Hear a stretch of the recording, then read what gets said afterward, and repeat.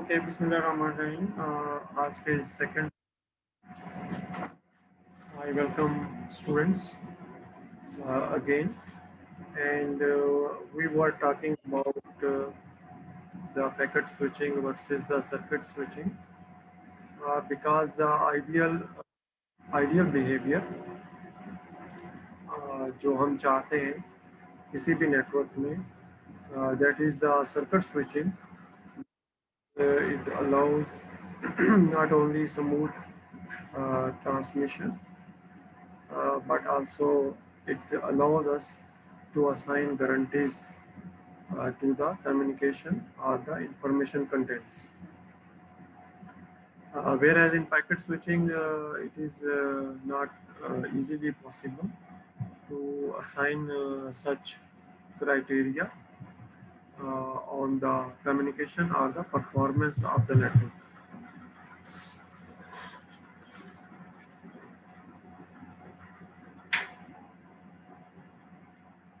However, on the other side, because only those connections जो कि audio या video से लिंक्ड है या रियल टाइम कंस्ट्रेंट के साथ है, they only need a behavior like circuit switching. But there are other features which are associated with the packet switching as well. So the packet switching can be more effective in applications which do not need a guarantee to be delivered on time. जैसे एक postal service है, हमने एक खत किसी को भेजा है, तो वो एक दिन में पहुंच सकता है, एक दिन से ज़्यादा में भी पहुंच सकता है. यूजुअली टीसीएस कोरियर जो है या डीएचएल कोरियर है, वो बताते हैं कि जो नेशनल है वो 24 आवर्स में डिलीवर हो जाएगा, और जो है वो जो इंटरनेशनल है वो 72 आवर्स में डिलीवर हो जाएगा. तो इस तरह की जो टाइम जो एलोकेशंस है वो रिजिड टाइम एलोकेशंस नहीं है, जो कि रिक्वायर्ड होती हैं ऑडियो या वीडियो के लिए. So there are some features of the bursty data. Usually ये ब्रस्टी डेटा का कंसेप्ट यूज़ होता है, जिसमें जो है वो डेटा की जो नेचर है वो एक इस तरीके से है कि जैसे एक ब्रस्ट होता है, जिसमें कि काफ़ी ज़्यादा जो डेटा है वो एक साथ जो है वो ट्रैवल करता है. So it allows the resource sharing and it is simpler. There is no time waste in call setup, and there is no efforts in जो कॉल सेटअप को मेंटेन करने के लिए जो रिसोर्सेज का यूटिलाइजेशन है, उनकी रिजर्वेशन जो है उसकी यहाँ ज़रूरत नहीं है. सो excessive congestion is possible, which primarily linked with the packet delays and loss, and therefore some mechanisms in the form of protocols, they are needed to ensure the reliable transfer of data, and also congestion control protocols. तो जो last जो session था हमारा वो इसी में break हो गया था, जबकि मैं आपको कंजेशन कंट्रोल की एक एग्जांपल जो है वो देने वाला था.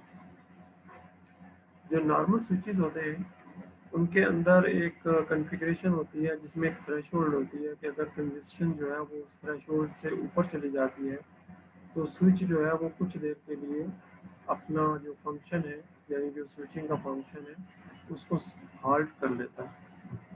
अच्छा, ये इसमें जो है वो ऑप्शन ये भी होता है कि स्विच कुछ देर के लिए अपने आप को बंद कर देता है, या पैकेट्स जो है वो फिर रिसीव नहीं करता, या फिर अपने आप को जो है वो नेटवर्क से आइसोलेट कर लेता है. वो ये समझता है कि इस वक्त जो है वो network is under some unusual condition which usually arises in a context of a security attack, for example. तो वो अपने आप को नेटवर्क से थोड़ी देर के लिए, या मेल फंक्शनिंग है हार्डवेयर की, अपने आप को अलग कर देता है. So these type of intelligent behaviors can be embedded in the software of different devices, and these actions are also configurable. Okay, how question is how to provide a circuit-like behavior, and for example, the bandwidth guarantees which are needed for audio and video applications. So as we know that WhatsApp पे जो हमारी calls होती हैं वो disconnect हो रही होती हैं और साथ साथ जो है वो बार बार रिकनेक्ट हो रही होती हैं. So these type of problems do exist, and because of number of features इसमें एक चीज़ तो आप ये भी नोट कर लीजिए कि एक बड़ा नेटवर्क होगा तो उसमें जहाँ इंफॉर्मेशन का फ्लो हो रहा है तो वहाँ पे कॉन्फ़िगरेशन डेटा का भी फ्लो हो रहा होगा और साथ साथ वहाँ पे डुप्लीकेशंस भी चल रही होंगी और इसके साथ साथ जो है वो नेटवर्क में जो यानी नए डिवाइसेस का इन होना और पुरानी डिवाइस जो कुछ डिवाइसेस का रिमूव होना वो भी चल रहा होगा. तो नेटवर्क जो है वो किसी भी पॉइंट इन टाइम पे जो है उसका कन्वर्जेंट स्टेट जो है वो ऑप्टिमाइज होने का चांस जो है वो नहायत ही कम होता है. तो ऐसी सूरत में जो है वो it is very difficult to provide a behavior which is primarily a circuit switching like behavior. So there are also human analogies for reserved resources in circuit switching versus on-demand allocation, which are packet switching. इसकी कुछ examples जो हैं वो तो हमें पता है. जैसे हम एक दफ़ा अगर बोल रहे हों तो इट इज़ डिफ़िकल्ट कि हम एक वक्त में एक से ज़्यादा लोगों के साथ कम्युनिकेशन कर सकें एक ही पॉइंट इन टाइम. हाँ, ये हमने देखा है कि बाज़ जगहों पे ऐसा कुछ लोग करने की कोशिश कर रहे होते हैं but that is not as successful. इसीलिए क्यों बनाई जाती है बैंक्स में और मुख्तलिफ जगहों पे ताकि चीज़ों को आसानी से जो है वो सर्किट स्विचिंग के तरह टाइम में सॉल्व किया जा सके. But there is also a packet switching type of network जिसमें आप क्रेडिट कार्ड या एटीएम कार्ड का यूज़ कर रहे होते हैं. तो एटीएम कार्ड का यूज़ तो कहीं पे कोई भी कर रहा होता है. एटीएम एक बैंक की या वन लिंक की तो बहुत सारी जगहों पे एक ही बैंक में ट्रांजैक्शंस जो है वो आ रही होती है. तो इसी तरीके से एक पर्सन जो है वो एक वक्त में बहुत सारी चीज़ें कर रहा होता है. तो इसकी जो एनालॉजीज़ हैं वो एग्जिस्ट करती हैं. हम इसमें ज़्यादा डिटेल में नहीं जाना चाहेंगे. किताब में कुछ डिटेल्स जो है वो मौजूद है. So when we talk about network of networks, how this configuration primarily exists. So there are many networks which need access, and they have some information to share, or they need some information. Then there are multiple possibilities. One possibility is if we can have a network which is which connect each node to any other node, which is not a possible primarily. So the the possibility is that we establish a global ISP, but also one ISP will not be enough. So we break down into multiple ISPs, and these ISPs are connected, and these are connected through the internet exchange points. So the multiple ISPs, and these ISPs are primarily providing the access to other networks to form what is we know as the network of networks. So this is the high level overview of a computer network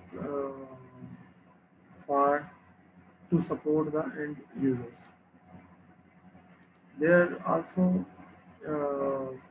some examples for regional network providers, and also there are content provider networks, for example content delivery networks, जो क्या करते हैं कि एक ही जो resource है उसको different जगहों पर रेप्लिकेट करते हैं ताकि जो करीब में जो लोकेशन बेस्ड इंफॉर्मेशन एक्सेस जो है उसको यकीनी बनाया जा सके. इसकी एक छोटी सी एग्जांपल दे लें. फॉर एग्जांपल CNN की एक वेबसाइट है जो पूरी दुनिया में एक्सेस हो रही है. और अगर CNN की एक ही वेबसाइट थी और सारी दुनिया से उस पर जो है वो एक्सेस के लिए रिक्वेस्ट आ रही हो, तो अल्टीमेटली वो वेबसाइट बहुत स्लो हो जाएगी और अपने आप को डिस्कनेक्ट कर देगी, कंजेस्शन हो जाएगी, परफॉर्मेंस जो है वो डिग्रेड हो जाएगी, customer will go away. Amazon के साथ भी ऐसा ही होगा अगर अमेज़ॉन की एक ही वेबसाइट हो।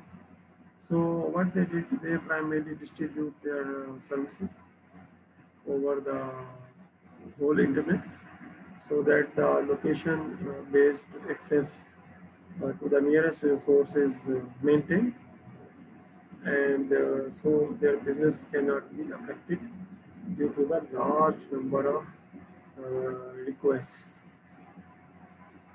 So there are other overlay type networks exist as well. इसी का एक जो व्यू है वो 2 डायमेंशन में उन्होंने कुछ इस तरीके से दिया है कि there are ISPs and there are regional ISPs and there are tier 1 ISPs. And Google की एक एग्जांपल उन्होंने ली है, but there are other as well like Sprint and AT&T. These are also examples. Wish के हमारे पास भी जो है वो एक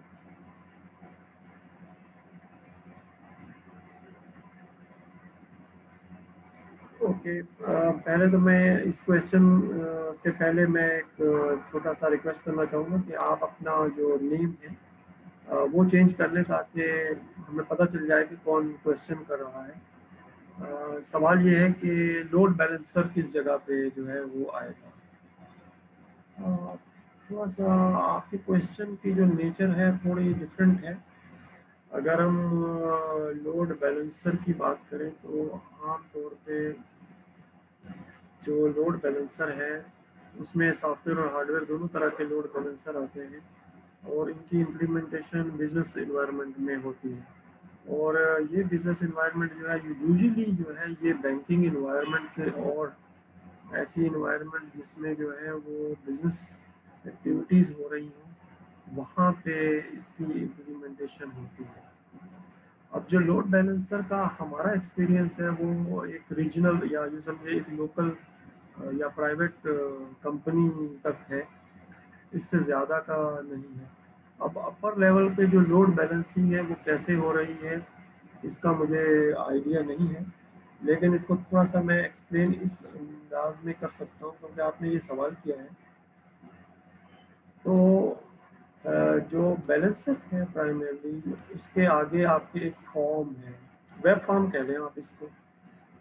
तो अगर एक रिक्वेस्ट यहाँ आ रही है तो जो यहाँ पे आपके पास जो इसको बैलेंस कर रहा है वो इसको बेस्ड अपॉन लेट्स से 50% पे अगर कॉन्फ़िगरेशन रखी हुई है तो 50% जो आपके पास रिक्वेस्ट है वो इसको इस तरफ और 50% रिक्वेस्ट जो है उनको एक दूसरे सर्वर की तरफ जो है वो प्राइमरली जो है वो डायरेक्ट करता है। और जो यूज़र्स हैं उनके लिए ये एक ही सर्विस है, यूज़र्स के लिए जो है वो ये सर्विस जो है वो अलग नहीं है। जो कंटेंट डिलीवरी है उसके बारे में मैं ये कहना चाहूँगा कि उसका जो कॉन्फ़िगरेशन है वो DNS के थ्रू जो है वो यूजुअली जो मैंने देखी है वो CDN1 CDN2 और इस तरीके से। तो जो मेन जो राउटिंग है वो उसकी जो वो नेम सर्वर के थ्रू। जी मैं नेटवर्क लोड बैलेंसिंग की बात कर रहा था। इवन विंडोज़ में भी जो विंडोज़ NLB होता है वो भी इसी चीज़ को सपोर्ट कर रहा होता है।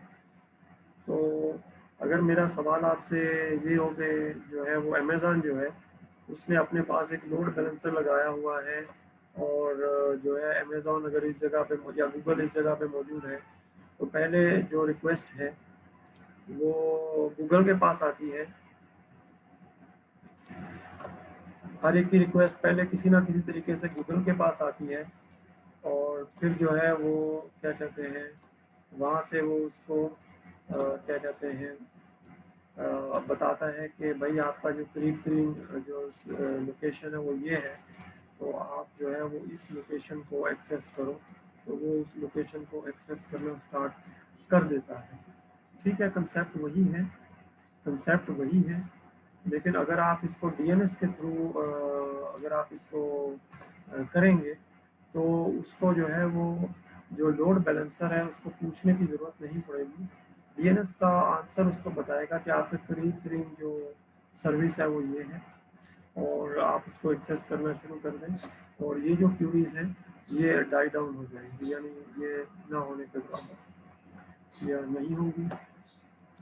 फॉर एग्जांपल देखिए थोड़ा सा डिफरेंस ज़रूर है, ये ज़रा अभी मैं अच्छे तरीके से आप लोगों को एक्सप्लेन नहीं कर रहा हूँ, कर पा रहा हूँ, लेकिन आप ज़रूर इस चीज़ को जो है वो अपने पास नोट कर लें कि जो क्वेश्चन है वो नेटवर्क लोड बैलेंसर और उसके अगेंस्ट जो है वो CDN जो कंटेंट डिलीवरी नेटवर्क है उनमें क्या डिफरेंस है इसके हवाले से है।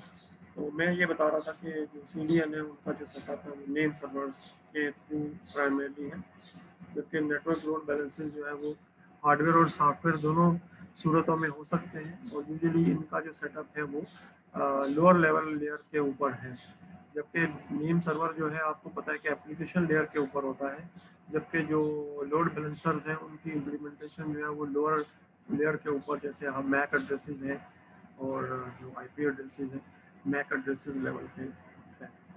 ये मैं जवाब देना चाह रहा था, लेकिन any how it is better कि आप जो है इसको थोड़ा सा सर्च कर लें, थोड़ा सा इसको जो है वो मज़ीद डेप्थ में देख लें। जी आई एम श्योर के सवाल का किसी हद तक मैं जवाब दे पाया हूँगा। जी उमर आपने सवाल किया था, आप क्या बता सकते हैं कि कोई और तो सवाल नहीं है आपका इस कॉन्टेक्स्ट में?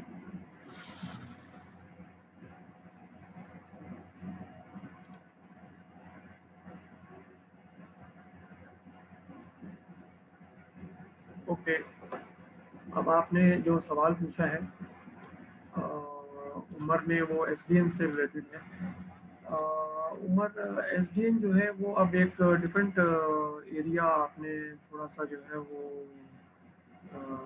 जो है सेट किया है। मैं लिख लूँ यहाँ पे, ऐसा ना होगा भूल जाऊँ।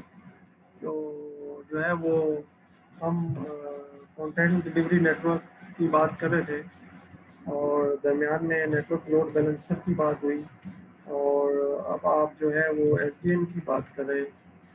तो देखिए जो SDN का कंसेप्ट है वो प्राइमरली एक कॉन्फ़िगरेशन के पर्सपेक्टिव में है कि किस तरीके से जो नेटवर्क के अंदर जो कॉन्फ़िगरेशन है उसकी यूनिफॉर्मिटी और जो कॉन्फ़िगरेशन जो है उसकी जो इम्प्लीमेंटेशन है उसको अश्योर किया जाए। और दूसरी चीज़ जो SDN में जो ख़ास क्लासिकल SDN की मैं बात कर रहा हूँ, उसमें जो है वो दो फंक्शन जो हम पढ़ के आए हैं, जो फॉरवर्डिंग का फंक्शन है और जो राउटिंग का जो फंक्शन है, यानी जो डेटा के साथ एक लिंक फंक्शन है और एक जो नेटवर्क के साथ लिंक फंक्शन है, उसको अलग अलग करना है। राउटिंग और फॉरवर्डिंग को अलग अलग करके मैनेज करना है। तो SDN प्रमोट करता है डमी स्विचेस को, और SDN की जो राउटिंग की कॉन्फ़िगरेशन है वो प्राइमरली जो है डमी स्विच के अंदर जो फॉरवर्डिंग टेबल बनता है वो SDN कंट्रोलर जो है वो प्रोवाइड करता है। कहने का मकसद ये है कि SDN जो है वो एक डिफरेंट पर्पस के लिए इनिशियली जो है वो नेटवर्क के अंदर जो है वो लगाया गया फॉरवर्डिंग टेबल्स जो है उनकी इम्प्लीमेंटेशन के लिए, जबकि इसके कंपेरेटिव जो कंपैरिजन कर रहे हैं हम, जो वो नेटवर्क लोड बैलेंसिंग और जो CDN है वो डिफरेंट चीज़ें हैं। ठीक है, तो ये तीन चीज़ें जो है ये डिफरेंट हैं। अभी हमने इनको उस अंदाज में, चूँकि मैंने भी प्रिपेयर नहीं किया हुआ, तो मैं अपनी जो प्रीवियस जो नॉलेज है उसके बेसिस पे आपको मैं बता रहा हूँ। तो इट इज़ बेटर कि आप इन तीनों चीज़ों के दरमियान जो डिफरेंस है उसको सर्च करें। ठीक है उमर, आप थोड़ा सा इसको सर्च कर लेंगे। जी उमर, आपका रिस्पांस चाहिए।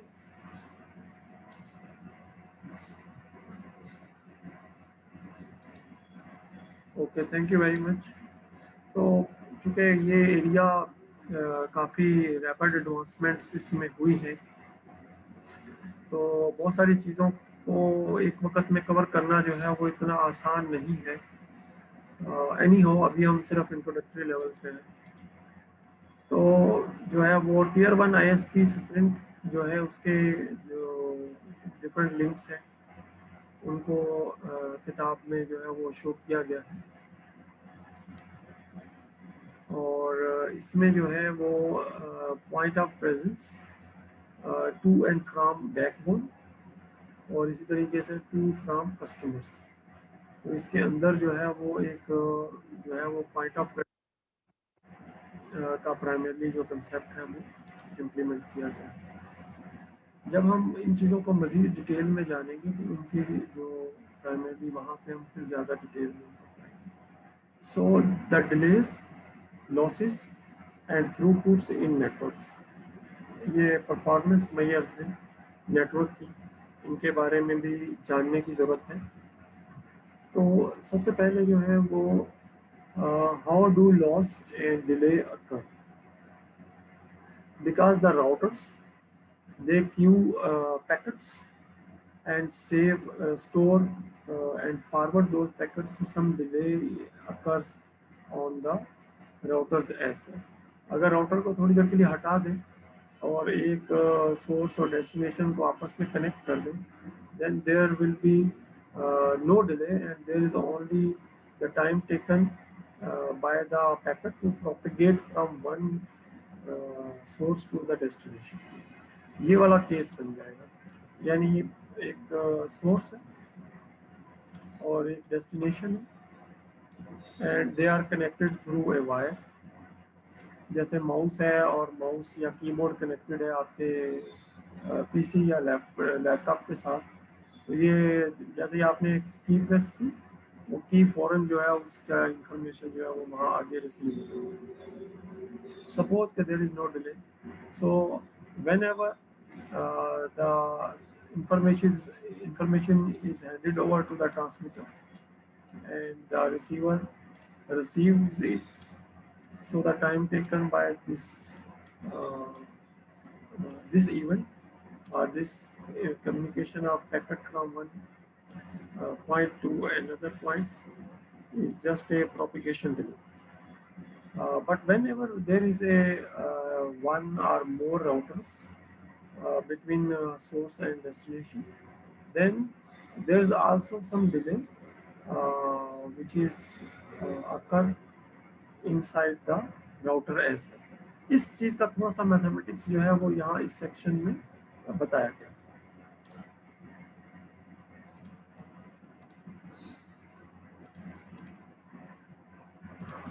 Okay, so there is the transmission delay and there is also a queue delay. Okay, and there will be some processing delay as well. Okay, so if there are buffers and those buffers are available, then there will be queue, and if there are no buffer available, no free buffers, and then there will be loss. The packet will be lost because the packets start dropping. So if we talk about the mathematical expression, so at any node processing can be can take these type of delays. As you can see, there is a propagation delay, there is a queue delay, and there's also a transmission delay, and also there's a propagation delay. Okay, processing delay, queue delay, and transmission delay, and then the propagation delay. So these delays are primarily mentioned here. So what is the nodal processing or D processing? So it checks bit errors, it determines the output link forwarding table की मदद से, and this is typically in less than milliseconds or the order of the milliseconds. And also there is a queuing delay if the buffers are available and some other packet is in the processing, then there will be a queuing delay, time waiting at output link. part transmission, and it depends on the congestion level of the router. So these are few computation parameters हैं, variables हैं, जिनको estimate किया जाता है जब एक जो है वो जो प्रोसेसिंग है, नोडल प्रोसेसिंग जो है उसको प्राइमरीली कैलकुलेट किया जाता है.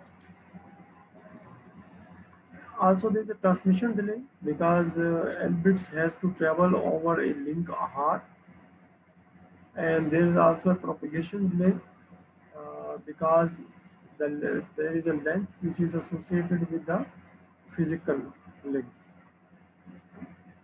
Length of the physical link divided by the propagation speed in that medium, particular medium.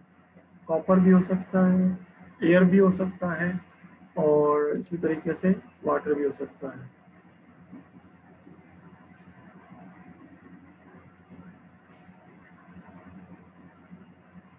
Okay Umar, आपके सवाल जो है थोड़े से एडवांस लेवल के हैं, तो इन सवालों को एक काम ये कर लेते हैं कि इन सवालों के जवाब जो है वो या तो हम एक अलग सेशन में कर लें, या फिर ये है कि इन सवालात को आप जो है वो मुझे व्हाट्सएप के ऊपर टाइप कर दें, ताकि फिर इन सवालात के जवाब जो है ना वो मैं इन अप्रोप्रिएट टाइमिंग में आपको दे सकूँ.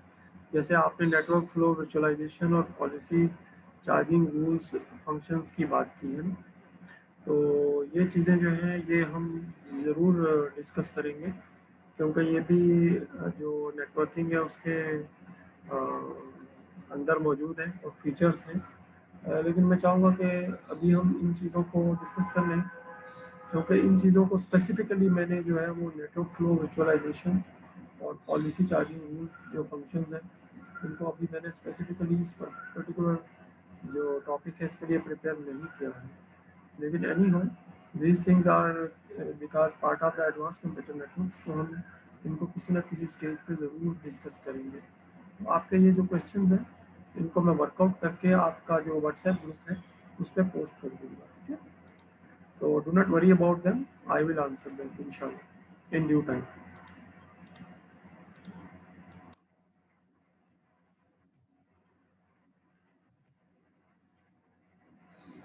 ओके इसको एक एग्जांपल की मदद से भी जो है वो कारवान एनोलॉजी की मदद से जो है वो थोड़ा सा एक्सप्लेन किया गया है. और इसमें अगर आप देखें तो देर आर 10 कारवान, 10 कारें जो है वो एक टॉल बूथ पे पहुंचती हैं, और ऑब्वियसली उन्होंने यहाँ जो है वो जो टूल है वो अदा करना है, और उसके बाद जो है या जो टूल की जो यहाँ जो कन्वेंशनल मैकेनिज्म है कि उनको एक चिप दी जाती है, और वो फिर आफ्टर जो डिस्टेंस है वो कंप्लीट करने के बाद जो है वो नेक्स्ट जो टूल बोर्ड है जिससे वो एग्जिट करेंगे वहाँ पे वो उसकी पेमेंट करते हुए आगे चले जाएंगे. Okay, if we assume that car propagates at 100 km/h and a tool booth takes 12 seconds to service a car, bit transmission time, then how long until car 1 is lined up before second tool booth? तो कितनी देर लगेगी कि जो है वो ये कारवान जो है ये यहाँ पे पहुँच के जो है वो लाइन अप होगा. Whereas time to push entire caravan through tool booth onto highway is 120 seconds. अगर हम पूरे कारवान को एक साथ अगर यहाँ पे प्रेजेंट कर लें और जो है वो इसको जो है वो हम पुश कर दें, तो it will take about 120 seconds. So if we want to push these 10 cars and each car take 12 seconds, so 12 seconds into 10 will become 120 seconds. After 120 seconds ये 10 कार जो है ना ये इस 100 किलोमीटर रोड पे होगी, क्योंकि हर कार जो है उसको 12 सेकंड लग रहे हैं, और 12 सेकंड के बाद वो मेन रोड पे आ रहे हैं, और उसके बाद वो अपना जर्नी शुरू कर देती है.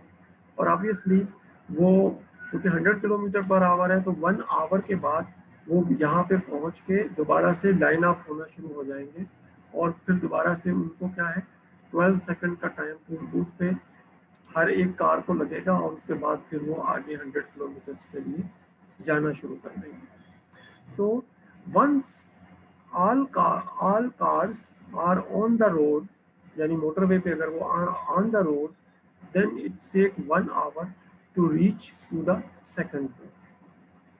ठीक है, बट टू इन कारों को मोटरवे पे पहुंचने के लिए और इसी तरीके से मोटरवे से जो एक टूल बूथ से गुजरने के बाद दूसरे जो 100 किलोमीटर के पैच पे वो जाएंगे, उनके लिए they need to have 120 seconds. तो इस एग्जांपल में जो चीज़ हाईलाइट की गई है वो ये है कि if we consider this a router, then one, और इसको हम कंसिडर करें वन मैसेज, ठीक है, which is broken down into different packets, then there will be 120 second delay on each tool move। okay? तो ये इस एग्जांपल इस चीज को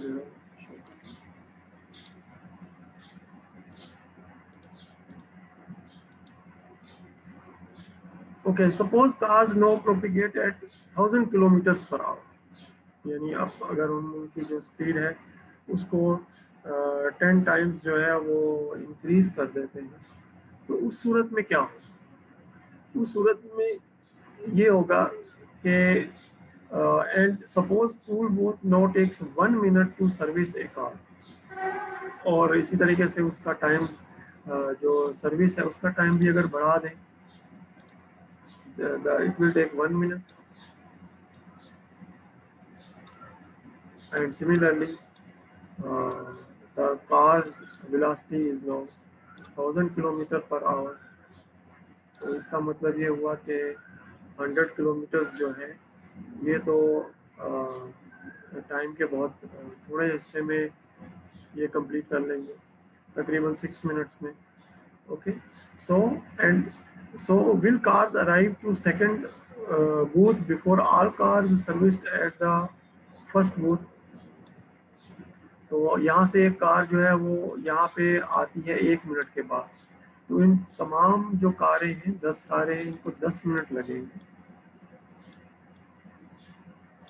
मोटर वे पे पहुंचने के लिए। जो पहली कार यहाँ से चूँकि निकल चुकी होगी और वो यहाँ तक पहुँचेगी इस स्पीड से 10,000 किलोमीटर पर आवर के हिसाब से, तो वो तकरीबन 6 से 7 मिनट में जो है वो यहाँ पे पहुँच चुकी होगी।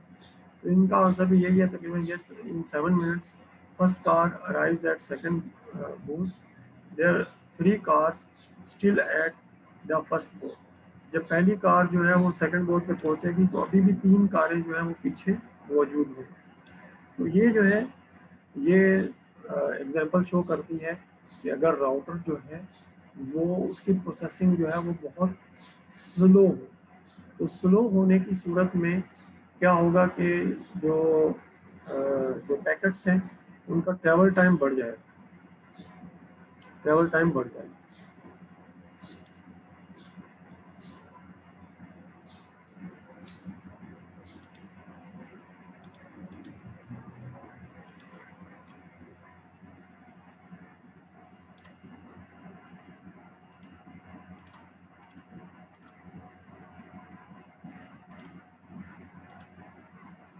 ओके, क्यूइंग डिले रिविजिटेड के average queuing delay increases as the traffic intensity increases।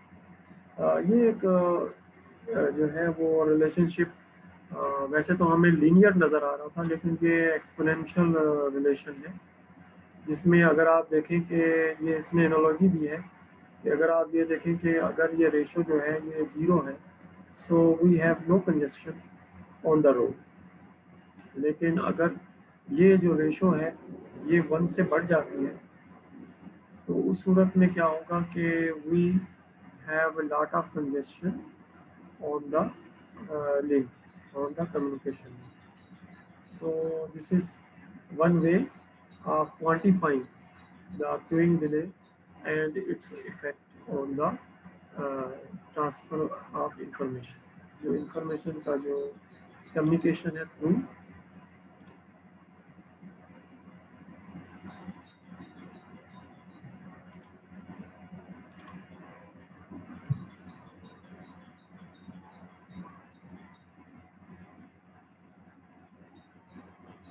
Okay, Umar has another question. If we have the same scenario and in which primarily algorithm will जो एग्जांपल उन्होंने अभी दी है मैं उमर के सवाल का जवाब दे रहा हूँ जो एग्जांपल उन्होंने दी है वो एक मोटर वे पाथ की है और जिसके अंदर जो है वो डिफरेंट बूथ्स जो है वो मौजूद है और इसमें जो है वो मल्टीपल पास जो है वो स्पेसिफाई नहीं किए गए जो मल्टीपल पास है वो स्पेसिफाई नहीं किए गए हैं तो आपका जो सवाल का जवाब है वो उसी सूरत में हो सकता है कि जब यहाँ पे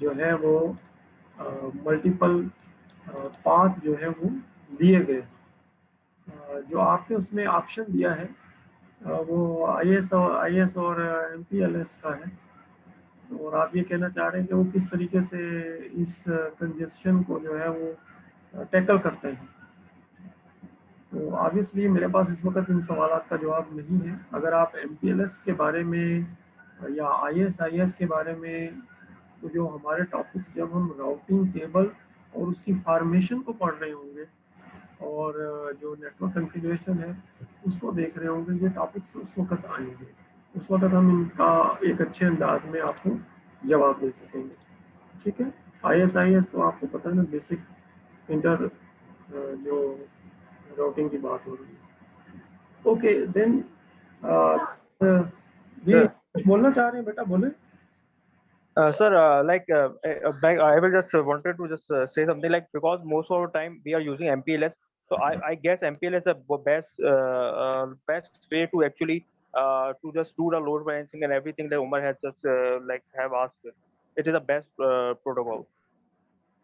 ओके तो आप इसका आंसर ये देना चाह रहे हैं कि MPLS is the best way as compare to ISIS to handle the Yeah. In उमर this आप नोट कर scenario. लीजिए ठीक है उमर आप नोट कर लीजिए इस चीज़ को ठीक है और ये हम इस चीज़ को जब हम डिस्कस कर रहे होंगे रेलिवेंट टॉपिक को उस वक्त फिर हम इस चीज़ को जो है वो मज़ीद डिटेल में जो है वो देख लेंगे ठीक है आपके सवाल को जो है वो मज़ीद डिटेल में हम जो है वो देखेंगे इस चीज़ को okay so trace route program is primarily और इसी तरीके से और भी बहुत सारी यूटिलिटीज़ हैं जो यूज़ की जाती हैं network troubleshooting and finding the route जो पर्टिकुलर राउट जो है वो एक सोर्स से एक डेस्टिनेशन तक तो इसका एक प्राइमरीली मैकेनिज़्म है जिसमें क्या है कि जब हम ट्रेस राउट कमांड यूज़ करते हैं तो उसमें बाकायदा ये जो है वो एक मैकेनिज़्म के तहत जो है वो हमें एक इंफॉर्मेशन जो है वो देना शुरू करता है जिसमें जो है वो 3 डे मेजरमेंट्स जो है वो ये यूज़ कर रहा होता है फ्रॉम सोर्स और इसी तरीके से ये इसमें इसमें एक एग्जांपल दी है आई एम श्योर जो नेटवर्क में काम करते हैं जिन्होंने प्राइमरीली इस यूटिलिटी को यूज़ किया होगा हम भी कुछ अर्सा पहले इस यूटिलिटी को यूज़ करते थे लेकिन बहुत अरसे से हम इस यूटिलिटी को और इसी तरीके से पिंग जो यूटिलिटी जो है वो यूज़ करने के लिए जो है वो नियर बाई जो हमारे सिस्टम्स हैं और स्टेशंस हैं वो एक्सेसिबल है या नहीं है विद इन नेटवर्क क्योंकि पिंग जो है वो आमतौर पे अलाउ बंद किया हुआ होता है बहुत सारी वेबसाइट्स में लेकिन ट्रबल शूटिंग के लिए इंटरनली जो है वो प्राइवेट नेटवर्क्स जो है उनमें यूजुअली जो है वो उसको बंद नहीं किया हुआ so trace route is one of the utility and packet loss due to the buffer waiting area is primarily no longer accommodate accommodate. This is one of the reason in which the packet loss occur in a medium in a network. Okay, there are other cases as well जिसमें जो है ये situation जो है वो होती है there is also a measure which is called a throughput